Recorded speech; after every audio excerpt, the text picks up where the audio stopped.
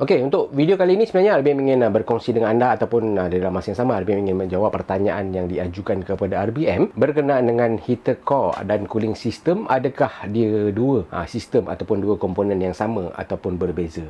Yang sebelum ni mungkin ada RBM dah sentuh dah berkenaan dengan heater ni di dalam video-video RBM di channel ini. So, mungkin kali ni mungkin RBM dapat melanjutkan sedikit penerangan berkenaan dengan heater system ini.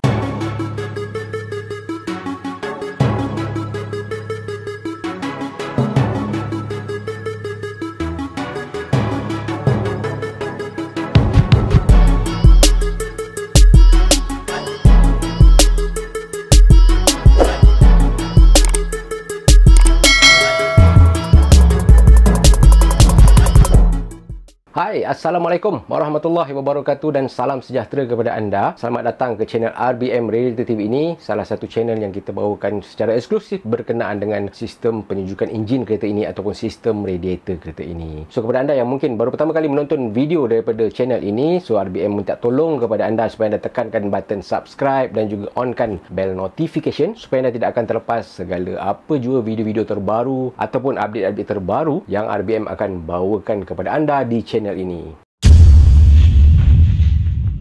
So, okay, dekat sini untuk pengetahuan anda, heater core dan juga cooling coil adalah dua benda ataupun dua sistem yang berbeza sama sekali. Okay, cooling coil kebiasaannya adalah untuk aircon kereta kita. Ia disejukkan oleh gas aircon kereta yang dipam daripada kompresor. Tetapi heater pula sebaliknya, heater dipanaskan dengan coolant ataupun air di dalam sistem radiator kereta anda. Tapi kepada negara kita sebenarnya Malaysia ataupun kereta-kereta keluaran daripada Malaysia, kita tak perlu risau. Kebiasaannya kereta kita tak dibekalkan dengan heater system ini. Tapi sebenarnya heater system hanya dibekalkan mungkin kepada kereta-kereta import yang mungkin kita beli kereta tu import daripada luar, yang pengimport bawa masuk ke dalam Malaysia. Kebiasaannya kereta macam tu dia ada heater system ini. Negara kita Malaysia, kita lebih memerlukan aircon daripada heater. No point kita ada heater dalam kereta pun, negara kita panas dan heater tu memang tak akan kita pernah buka. Dan temperature ataupun thermostat dekat aircon tu kebiasaannya kita akan pergi kepada paling maksimum biru, kita tak akan pergi kepada merah. Okey, sebab merah kebiasaannya adalah untuk heater system. Dan mungkin sedikit tips yang abang boleh sampaikan kepada anda, iaitu apabila kereta anda, mungkin kereta anda yang ada heater system ni, so anda perlu fokuskan jika kereta anda mungkin dah telah berumur lebih 5 tahun ke atas dan juga mungkin dah 10 tahun. So, kebarangkalian heater core bocor ini adalah sangat tinggi. Okey, sebab heater adalah tergolong di dalam sistem radiator. Sebab dia pun memerlukan air ataupun coolant untuk kita nak memanaskan heater tu. Sebab kebiasaannya coolant daripada enjin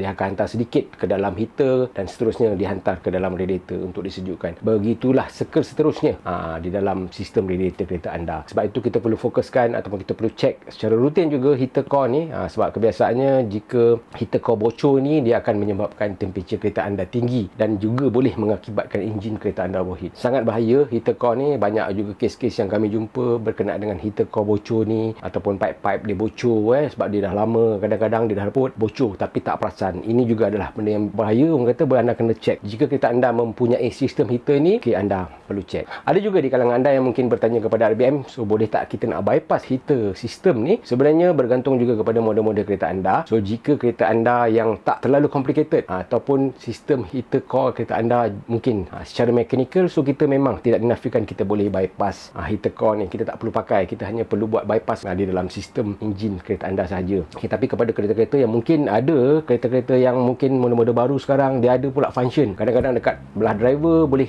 temperature panas di lain dan sebelah passenger temperature panas di lain. Dia banyak sensor dan juga elektronik di dalam sistem tu. Memang agak sukar sedikit kita nak bypass heater system ni. Sebab kebiasaannya kalau kita bypass heater system ni, kita tak bypass dia punya sistem wiring dia ataupun electrical dia akan mengganggu nanti segala elektronik sistem di dalam kereta anda. So, okey, tapi kepada yang mungkin kebiasaan yang jenis mechanical, okey, no problem, kita boleh tutup lubang di dalam heater tu. So, kita tak perlu menggunakan heater tu, kita hanya menggunakan sistem daripada radiator untuk menyejukkan air di dalam enjin kereta anda.